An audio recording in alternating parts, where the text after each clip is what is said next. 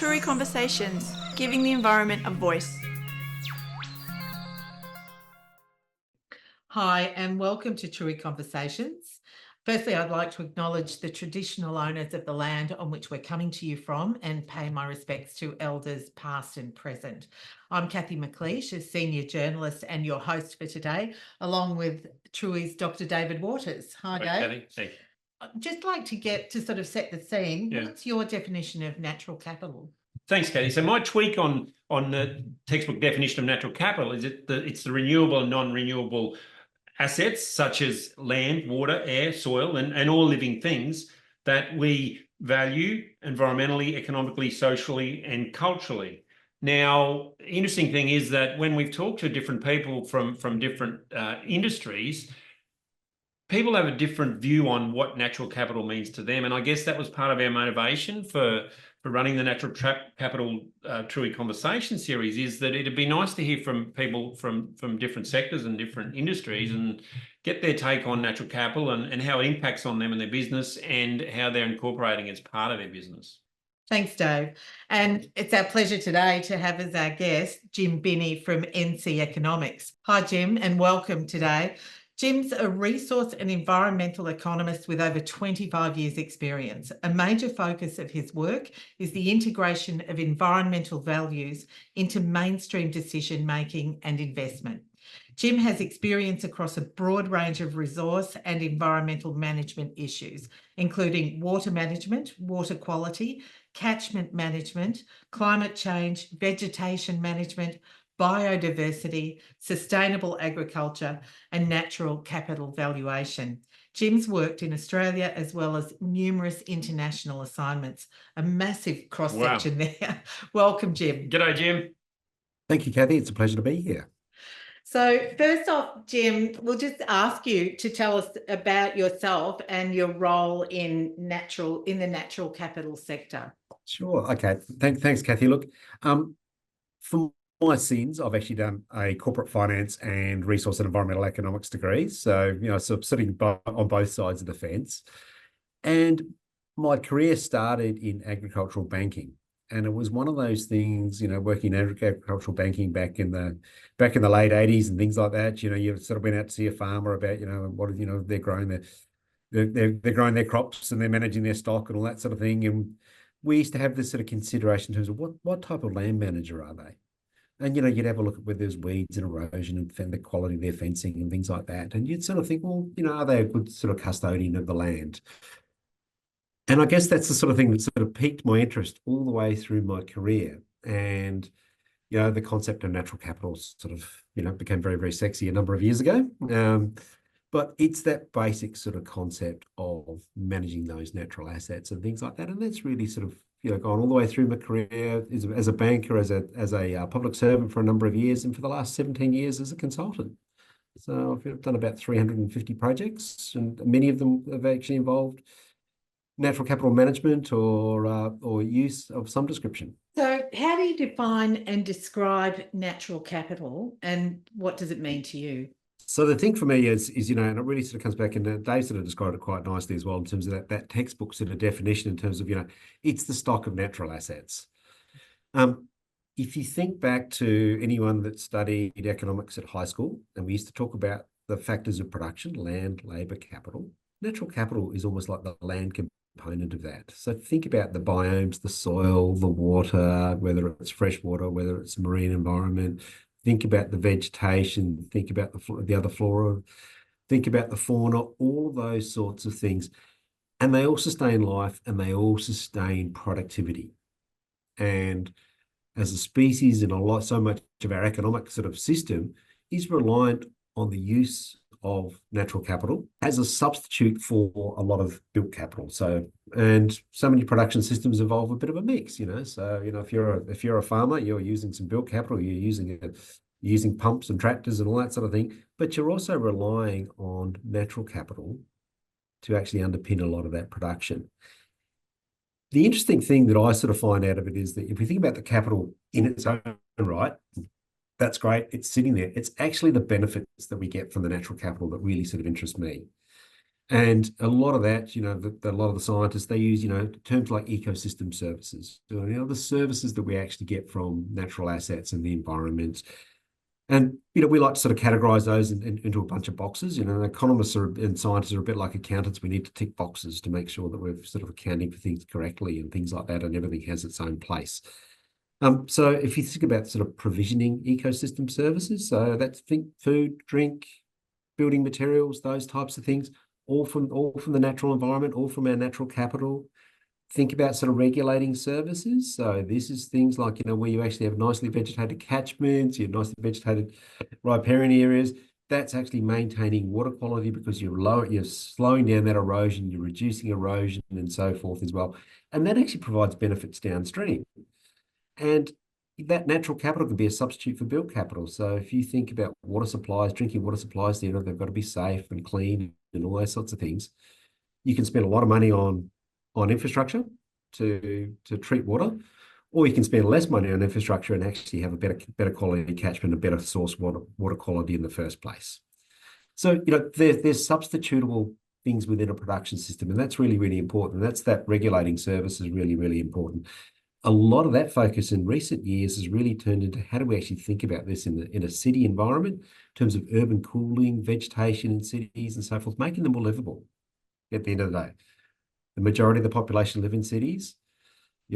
How do we actually use that natural capital to make our cities more livable, particularly in the future as we start sort of facing climate change and things like this, which are just going to make things much, much harder and much less livable where you have so much sort of concrete and, other sort of impervious surfaces and things like that. The other sort of service, ecosystem service that we get out of our natural capital, cultural services, think recreation, things like that. Most of us like to get out on the weekend and do a bit of open space and things like that, whether we're mountain biking like I enjoy, or fishing or walking or camping or whatever. These are all benefits that we get from natural assets that we haven't actually built those natural assets. We haven't even necessarily even paid for those assets necessarily, but we actually derive benefit from them. And then the other one is sort of the scientists often talk about supporting services, so your nutrient recycling and biodiversity and some of those things that don't necessarily provide direct benefits to us and things like that. One of the things that we sort of face all the time is that economies work on, and economic systems work on trade. People buying and selling goods and services and things like that. And a market works really efficient when you actually have, good information in that market in terms of what things are actually worth, what's their true cost of production, what's their true value and things like that. Most of the time, those environmental benefits and those ecosystem services are not actually embedded into prices. Very rarely, if you go down and buy a dozen eggs at the supermarket, all the ecosystem services that go into that production aren't necessarily accounted for in the price of those eggs and so forth. Same thing with most crops, productions and things like that. And so we sort of have this problem that we have an economic system and we have an environmental system. There's crossover there between the natural capital and the built capital and the other parts of the environment, of the economic system, but it's only a partial crossover. So, so it is a real problem. So anyway, getting back to natural capital, Dave's sort of textbook description is absolutely right. But when we start unpacking it, we can sort of see how important that natural capital is into an economic system. And that's what gets me really excited and has got me out of bed for the last, 25 to 30 years since I graduated. Yeah, because it's not something we've always valued as a number, is it? Or being able to value. That's right. And economists have been very creative over the last sort of 50 years of trying to work out ways of actually putting values onto some of these things. And that the techniques and the technology to do that is getting more and more sophisticated. So if we think about a recreation value, we like to go to the beach and things like that. We don't pay to go to the beach. We're not paying for that service or anything like that, but it costs us money to actually go to the beach. And so one of the techniques that's used is a thing called travel cost analysis, which is, basically if it costs you $10 to drive to the beach in terms of petrol and consumption of the car and all that sort of thing, that visit to the beach must be worth at least $10. Mm. One of those things is that, technology is now being used a lot, and we've been using this in some of the work that we've been using in projects where everybody has a mobile phone in their back pocket. And, Big Brother is watching us. We're all being tracked in our mobile phones. And so, when you look at Google Maps and it comes up with a little red line saying there's lots of congestion ahead, that's all signals that are coming from your mobile phone. In some of the projects we've been using, we've been working with technology providers to actually track people's recreation behaviour, where they're going, when they're going, based on phone signals and how they're actually using natural capital for recreational purposes. The technology providers are now so clever that they can actually work out kind of what you are doing while you're doing the recreation based on how fast your mobile phone is moving. Wow. So, and using that sort of information, using some really good science, so it's that mix of economics and science coming together, we really start to understand what the true value of the use of that natural capital actually is. And it's the value of the use that actually provides the economic value. And so we actually also valuing that ability to, to engage in that recreation as part of our value, our life, value on life as well. Oh, exactly. If you think about somewhere like the Gold Coast, and this, this project was actually in the Gold Coast, that's one of the main reasons why people actually move there. It's one of the main reasons why people actually stay there and so forth.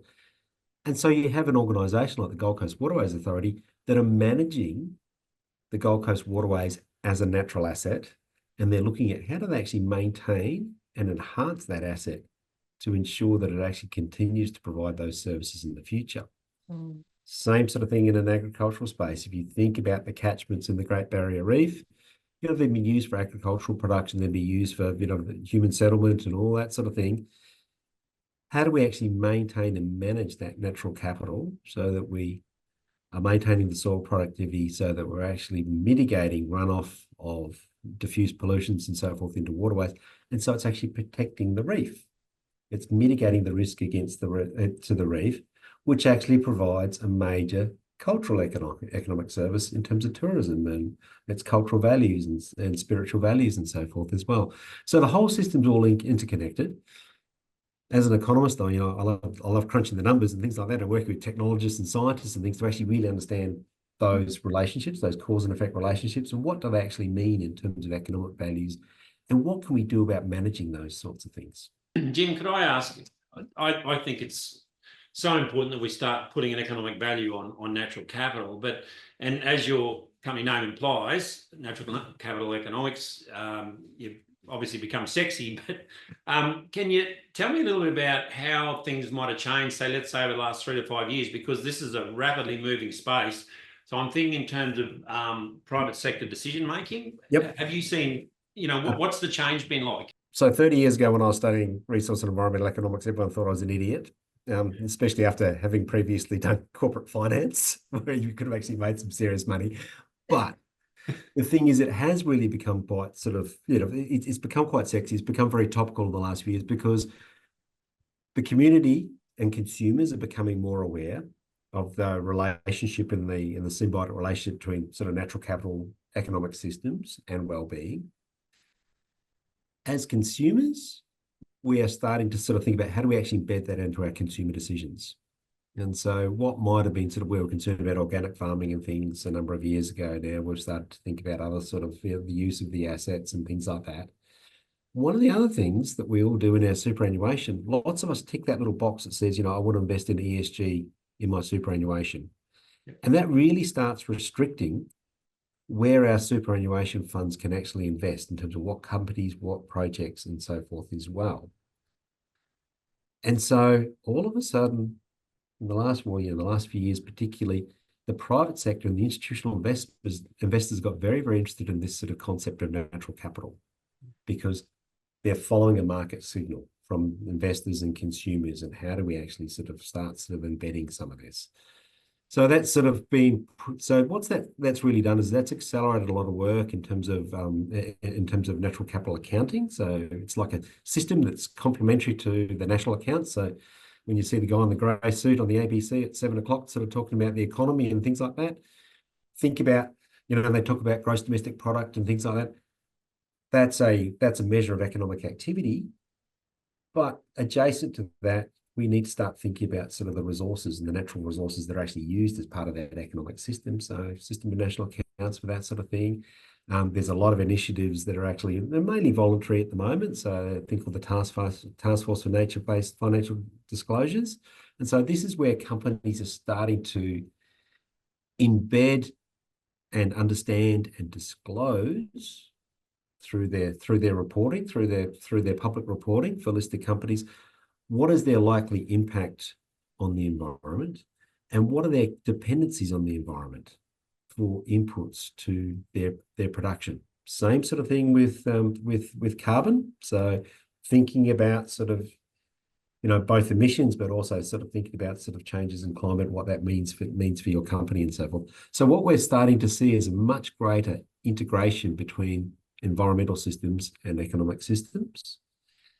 And what I really love about it is the fact that all of a sudden there's a much stronger reason for the scientists to start working much more closely with the investor community and so forth as well, because it's the scientists that actually have the knowledge in their head and their understanding of these physical systems, the way to actually measure things and so forth as well.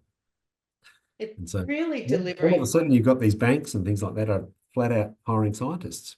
Yeah. And it's really delivering for people, you know, what they're asking for is tell us what we can do, I guess, as well. Yeah, Increasingly, exactly. it's going to give people those things. Yeah. That's dead right. Yeah. So what do you see as the greatest challenge the industry faces? Okay. So I think if we sort of take it back to,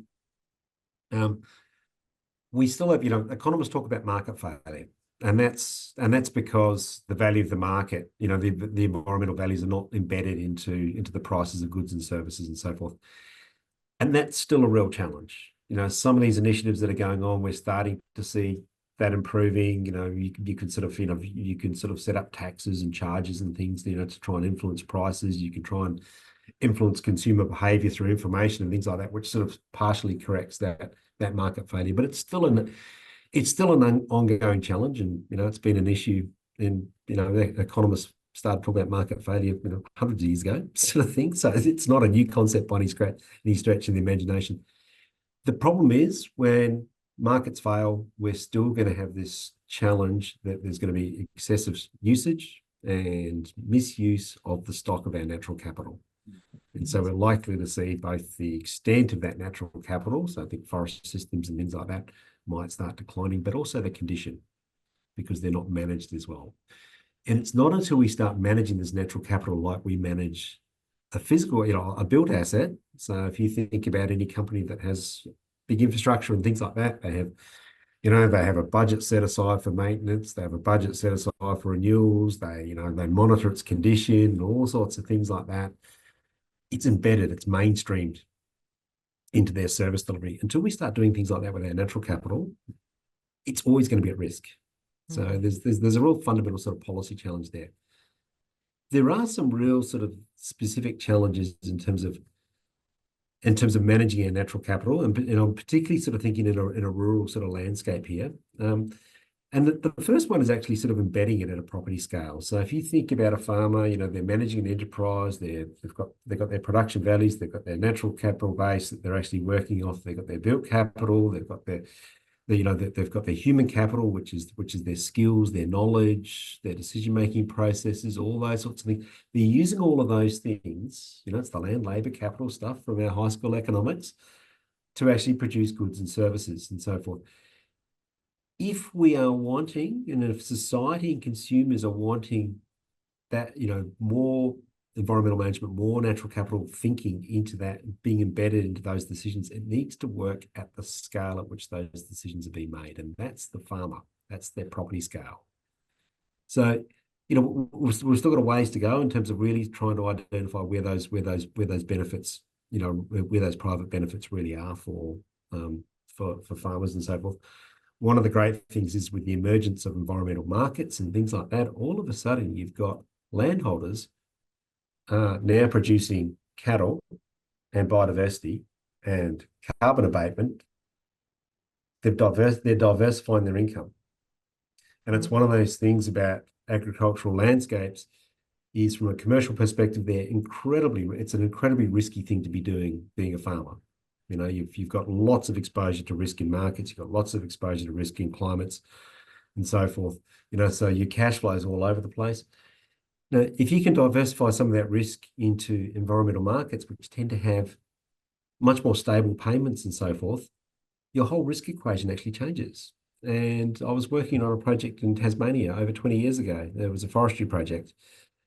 And one of the unintended sort of positive outcomes that came out of that program was that because the risk of the farm enterprises actually came down because they were swapping highly variable sort of commercial outcomes from running sheep to running sheep and protecting biodiversity, which actually had a fixed payment associated with it. Their bankers turned around and said, all of a sudden, you're actually a lower risk as far as we're concerned. And so all of a sudden, you get 50 points off the cost of your mortgage, sort of thing. And so it starts changing that commercial arrangement that the farmers actually have. So I think it's embedding natural capital at the scale at which land is actually managed, which is typically your property scale sort of thing. I think one of the other challenges that we've actually got at the moment is that everyone's thinking environmental markets are very, very sexy. And we've had sort of people talking about, the green Wall Street and all that sort of stuff. We really need to manage expectations. Markets have their limits. They really do. And I did a little exercise a few months ago, actually having a look at lots of the activity that's been going on with market-based instruments and environmental markets and things across the eastern seaboard in Australia. Most of the investment is either to meet somebody's compliance obligations, so think like an offset for vegetation, if they're vegetation clearing, or it's actually public money, so it's taxpayers' money going into environmental management. And lots of the market approaches are really it's just another procurement approach that's being used by government. So I think we need to be very, very realistic about what the limitations of environmental markets really are. They have a role to play, but they're not a replacement necessarily for good policy, regulation, planning, awareness and understanding of the role of natural capital in both our ecological and our economic sort of systems. So there's a real sort of challenge there. Possibly one of the biggest challenges we sort of face when we think about sort of managing natural capital, particularly on private land, is that it's a very information intensive approach. If you're trying to measure biodiversity, if you're trying to measure that vegetation, if you're trying to measure the existence of different fauna, if you're trying to measure water quality, and it's you're measuring diffuse water quality and things like that. There's a lot of science, there's a lot of data. It's typically required for any sort of commercial sort of transaction. Commercial transactions are built on understanding benefits, costs, processes, all of those types of things. And the problem is that information feeds into the transaction cost part of any transaction. It's not necessarily the person out there planting the trees and things. It's the measurement is often the really big cost. And so for markets to work really well, they need that information. We've got to find a better way of actually pulling that information together, using proxies, using remote sensing, GIS, those types of things. Again, using the technology we actually have to actually fulfill those needs of environmental markets if we're going to make them work. And I guess it's one of those things, it's making sure that we don't sort of have this sort of situation where, we let the perfect be the enemy of the good. We're trying to slowly sort of improve the system and so forth. Perfection is not the goal here. It's better than what we were in terms of measurement and management and things like that. And this is actually one of those things where businesses like Truey and the types of products that they're actually developing are really, really useful. And there's lots of other technology providers that are doing this as well. Using remote sensing, using GIS, pulling big sets of data together and making sense out of that data for management and transactions. And that's really, really important to underpin, and overcome some of the real sort of challenges for environmental management, environmental market development, particularly. Probably one of the other ones that we need to sort of think about is ensuring we've got continuity going forward, sort of thing. Australia's history of environmental management, resource management on private land has been a history of government programs and 3-year blocks and things like that. Things start, they stop, they get ramped up, they get ramped back down again, they get ramped up, they get rolled back down again. It's an incredible waste of money, that winding up and winding down and starting things and stopping them and things like that. And then what we found, Jim, then is that's a whole new prioritisation exercise for the people that receive the money. For example, NRMs, and then off they go again in 3 years' time and saying, well, this year it's about water quality or gullies, or this year it's about biodiversity. So there's a whole new lot of transaction costs, as you say, to understand and develop a sort of portfolio of priorities of projects and priorities and things going forward. And the thing is, we don't face that for goods and services where there are mature markets. We don't face that same problem for motor vehicles. We don't face that same problem for building roads or hospitals or anything like that. Those things are understood. They're needed. Particularly private goods. The market just sorts them out. It's but because our natural capital, the reason it's under stress is because of market failure. We need to sort of have all these government programs to overcome that market failure, and they tend to sort of come and go depending on the flavour of the government and other priorities and so forth as well. And that creates a real problem for having a much more cohesive, long-term and sustainable sort of system of managing that natural capital, but also those environmental markets. Yeah. Is there hope, do you think, that as, sort of the interest in this grows, policy heads this way, sort of this increased economic understanding of economic value in natural capital, will some of those things shift? Oh, I think they absolutely will. And I think we're actually really starting to see that now. It was often, 20 years ago, everyone's going, well, the technology, the understanding of these things is not great, is not sufficient for us to sort of start developing these long-term sustainable sort of outcomes, of systems for this sort of thing. The technology is no longer the problem. It's getting better and better and better by the day. The private sector demand, whether it's through consumers or investors, is increasing. So we're starting to see that becoming mainstreamed into the economic system and so forth as well. So I'm actually quite after working in this area for over 25 years, I'm actually probably more optimistic than I was, say, 10 years ago. And a lot of that's had nothing to do with what the economists are doing. It's probably more about what the technologists are doing and consumer behaviour and investor behaviour. And it's really starting to sort of mainstream into the economic system that we understand as a more traditional economic system. And a big part of that's been technology and science to make these things happen. And I think the work of the Fund for Our Future is really important. You talked about managing expectations, but there, I think initially they started by benchmarking 100 farms around Australia to demonstrate that you can still be profitable and manage your environmental assets. Absolutely, and you've also got sort of there's a lot of policy levers sort of happening now. So if we sort of think about for our primary producers exporting to Europe with the carbon, with the border, with the carbon border protection mechanisms and so forth that they are now going to be implementing through the EU, it's actually forcing producers to think about and manage their carbon production and their carbon abatement. And it's a market access thing. So, it's going to be very, very difficult, or it's going to be more costly to sell product into Europe going forward if you're not actually managing your carbon footprint. And this is all about the market speaking. This is consumers in Europe saying this. We actually want a product which is actually cognizant of and embeds the carbon footprint. And so when you're buying lamb chop in Paris this week, while you're watching the Olympics, you've got an idea about what actually went into the production of that. What do you see as the greatest opportunities going forward in this sector? I actually think there's lots of opportunities. I really do. I'm much more optimistic than I was 10 years ago. And economists are normally known as being dismal scientists, but I tend to be one of the less dismal of the dismal scientists, or at least I hope I am.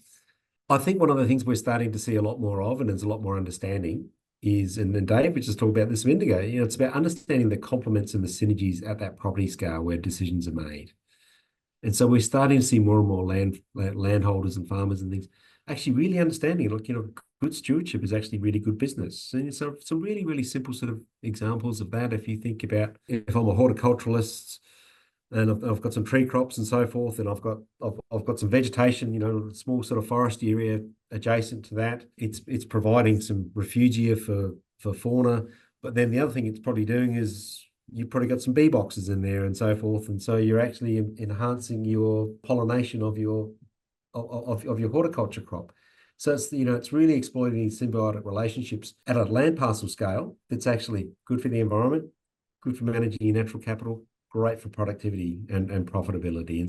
And I think that's becoming much, much more sort of common, and landholders become much more aware of that sort of thing. Interesting you say that, Jim, because in fact, one of our speakers that's coming up in the series, we were talking a little while ago, and working for corporate farmers and buying properties, and he was saying that so they develop agricultural land, and he was saying that suddenly now they're thinking about some of the land that's not viable to grow crops. He was saying, well, now we're actually considering revegetation and planting trees that they would never have thought of 10 years ago. Wow. Because they can see the value and the co-benefits that Yep. are going from. It's not about claiming carbon credits, and I thought that was really refreshing to me. Yep, it is. It is, and it's it's really about understanding those co-benefits, and often the areas that you can actually manage for those co-benefits. It's biodiversity, or somewhere to put your bee boxes and all that sort of thing. Often they're actually in areas of the property which will probably actually of a lower commercial value anyway, because they're sloped or something like that. Whereas if you're running crops, you want the nice flat paddock and things like that. So thinking about that sort of mosaic of the natural topography and the natural assets that are actually sitting in your farm, and sort of how do we actually utilize different parts of our farm for different types of benefits, where you're actually getting some synergistic benefits, and where you might actually pick up a bit of cash flow through an environmental market as well, and diversify your income. Everyone's a winner, and it's that diversification of income opportunity. I think I'm actually really, really excited about that, because if you think about just about any sort of major sort of corporate and things like that, they start diversifying into different product lines and things like that, and it's all about risk management. If you're an individual property and so forth, you can diversify a bit across your crops and things like that, but you're still exposed to the same sort of weather patterns and climate patterns and so forth. If you can diversify into something which is not actually necessarily tied to those production values and so forth as well, it's actually a really good commercial outcome for you as well. Dave, while you said you're excited about people not being entirely hung up on carbon, what I do like about carbon is that it doesn't matter where on the planet you're actually abating that carbon, you're still getting the benefit. Yeah. And so it does actually provide a bit of an opportunity there for doubling up, not necessarily to drive the investment decision in terms of what you're doing on farm and where you're putting your vegetation and things like that, but you might get a little bit extra for it. It's just that little bit of an extra buffer and things like that. And that can be really, really useful sort of thing. The other thing that really excites me and gets me out of bed on these sorts of issues is that we are starting to really see a new generation of landholders and land managers coming in. It's a gross generalization, but generally the younger landholders, they're coming in. Often they've had more time in a formal education sort of sense. So lots of my mates that were sort of went to ag college and things like that. That they finally got the checkbook when they were 50. That sort of trend is changing slightly. We're sort of starting to get some of the younger people sort of taking over now.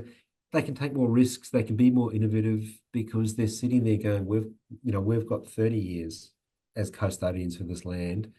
Whereas mum and dad, if they're in their 70s, they've got 10 years being custodians, they're less likely to take risks and try new things and so forth as well. So that generational change, I think, is a really, really positive thing. And people are going, well, this is great. I'm going to grow some sheep, and I'm going to grow some biodiversity, and I'm going to offset some carbon and all sorts of things like that. And, it's the future of farming and managing the land and so forth as well. And I think the nice thing is that, even the banks are now acknowledging it. And we talk about green loans, that there's value in managing your natural capital, because the banks will, They'll actually reward you for it. yeah, there are actually positive incentives and so forth for that. The other thing that I'm really, really positive about, or a couple of other things, but one of them is just the rapid improvements in science that have been occurring the last few years in terms of, it's getting back to that spatial analysis, it's getting back to satellite imagery, it's getting back to modeling, something about sort of you can model by, biomass and all these sorts of things. Lots and lots of really, really clever people with greater computer power and so forth. And that's actually making two things happen. One is that it's becoming so much easier to actually measure things, measure change over time, measure things at a low cost and so forth, and develop proxy measures which actually make but be applied in a consistent way that actually allow investors to come in, because they're always it's part of that sort of transaction process is you need to actually understand what you're buying, what you're selling, measuring those outcomes and so forth as well. And so really embracing some of the cutting edge technology is really, really important. And it gets back to those landholders again, that younger generation landholders, they're much more acutely aware of the use of technology, and this is nothing new to them and things like that. And so we're starting to see a lot of things align in terms of change happening.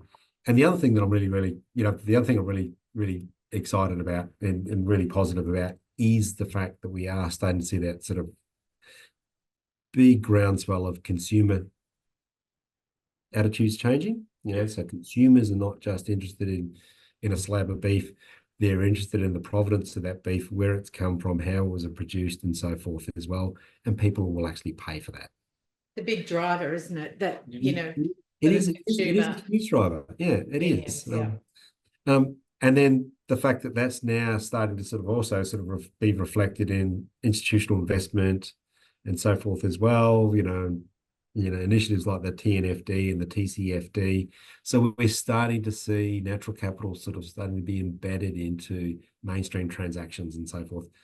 And a lot of that is also coming back to that technology issue, is that, we can actually manage the technology, we can measure things and so forth as well now.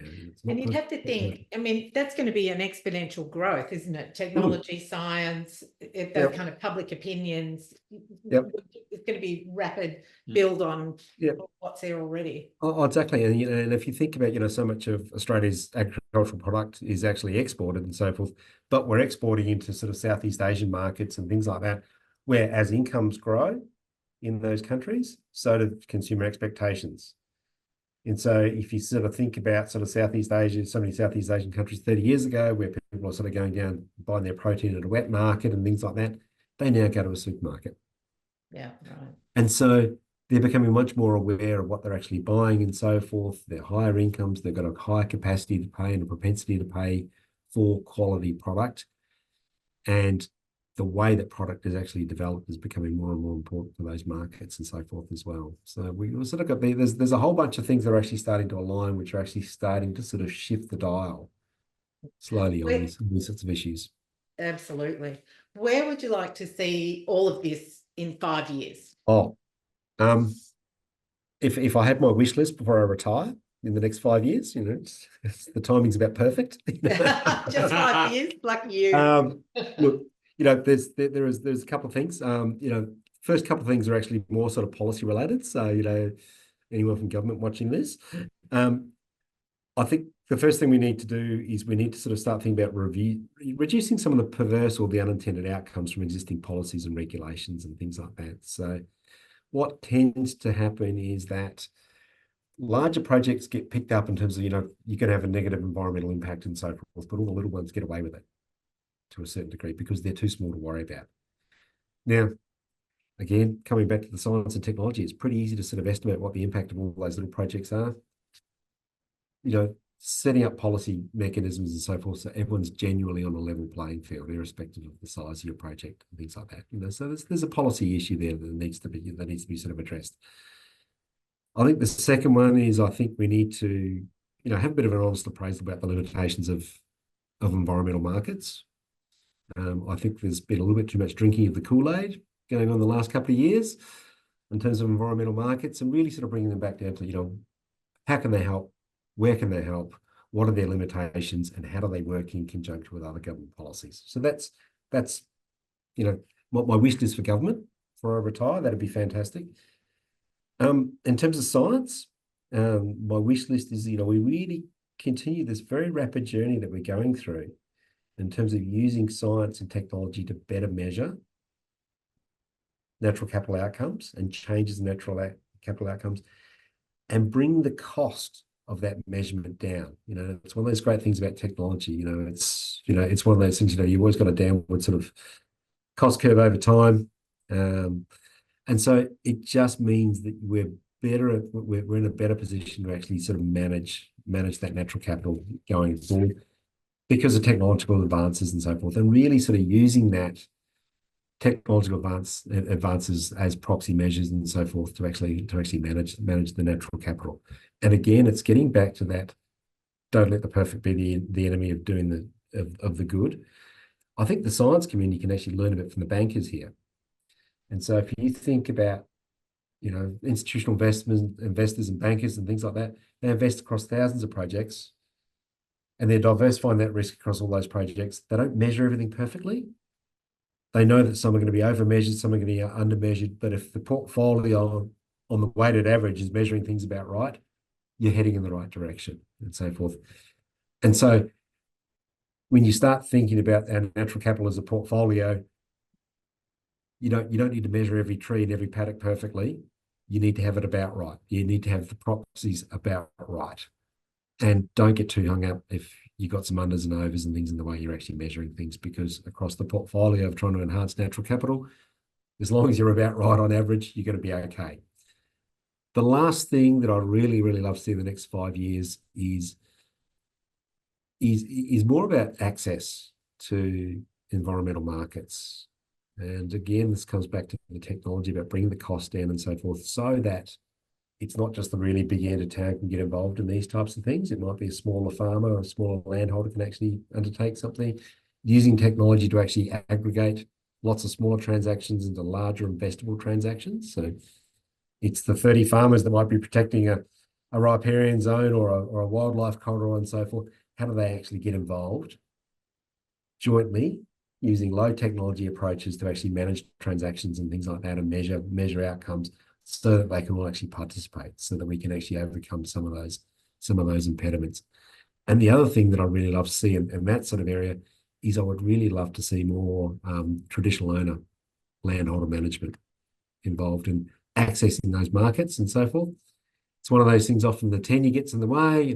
It's very hard to sort of get a commercial arrangement on land that doesn't have the appropriate tenure and things like that. It shouldn't be stopping Indigenous communities and Indigenous landholders from engaging in environmental markets and so forth as well, because again, it's a way of diversifying income and creating economic opportunities, and embedding and underpinning their custodial responsibilities for land, managing their country. And with that, I'm going to get off my soapbox. Dave, I see you're in furious agreement as well. I struggle a bit coming from a science background, Jim, with your point about near enough is good enough. But I agree with you that, at the moment, I think the costs of sort of natural capital accounting and quantifying the benefits, it's really challenging and can be expensive for people. But I think you're right. Just like learn from the financial sector that. If you can get pretty close, that's where we're going to progress. But I think you're right too with the technology. I think we're making rapid improvement in terms of utilising technology to quantify things in a consistent manner. Whilst I struggle with it a little bit, I agree with you that that's how we can progress more rapidly. Exactly, and it is letting our guard down as scientists, because scientists by our very training and so forth, it's all about sort of hypotheses and null hypotheses and all sorts of things like that, and being very, very accurate the way that we actually like to measure things, and very objective and things like that. But if you think about an investor in a merchant bank down in Melbourne or something like that, they're looking at sort of investing in a shopping centre as an asset. They go, well, it's 40,000 square metres, and the local demographic is the average household income is X, and therefore they spend X amount on retail, and the expected turnover per square metre is this, and that's about all they're making their decision on. Yep. You know, I'm being a bit I'm oversimplifying it, but it's lots of generalizations in that investment. But they've got investment across 200 shopping centres in Australia, and on average, they're about right. Yeah. And our natural capital can be the same sort of thing in terms of, it's not letting the perfect be the enemy of the good. Absolutely. So, Jim, just to close, if you were to have one key point that you think is central to all of this, one key message, what would it be? One key message is get the science, and using the clever science that we have in terms of the modelling and so forth, and getting that really embedded into investment decisions. Let's getting our scientists and our economists and investors together. That's the key. That's absolutely the key. Thanks so much for joining us. Thanks, Jim. Thanks for your time. It was great. Absolute pleasure. Truey Conversations is brought to you by Truey. We create data-driven web applications that give the environment a voice. Thanks to our host, Kathy McLeish, and our regular contributor, Dr. David Waters. Our producer is Kelly Fisher. Our graphics are done by Tash Fens. I'm Bonnie Marsh, co-founder of Truey, and I really hope that you've enjoyed today's conversation. Thank you very much for being here with us, and I look forward to seeing you next time.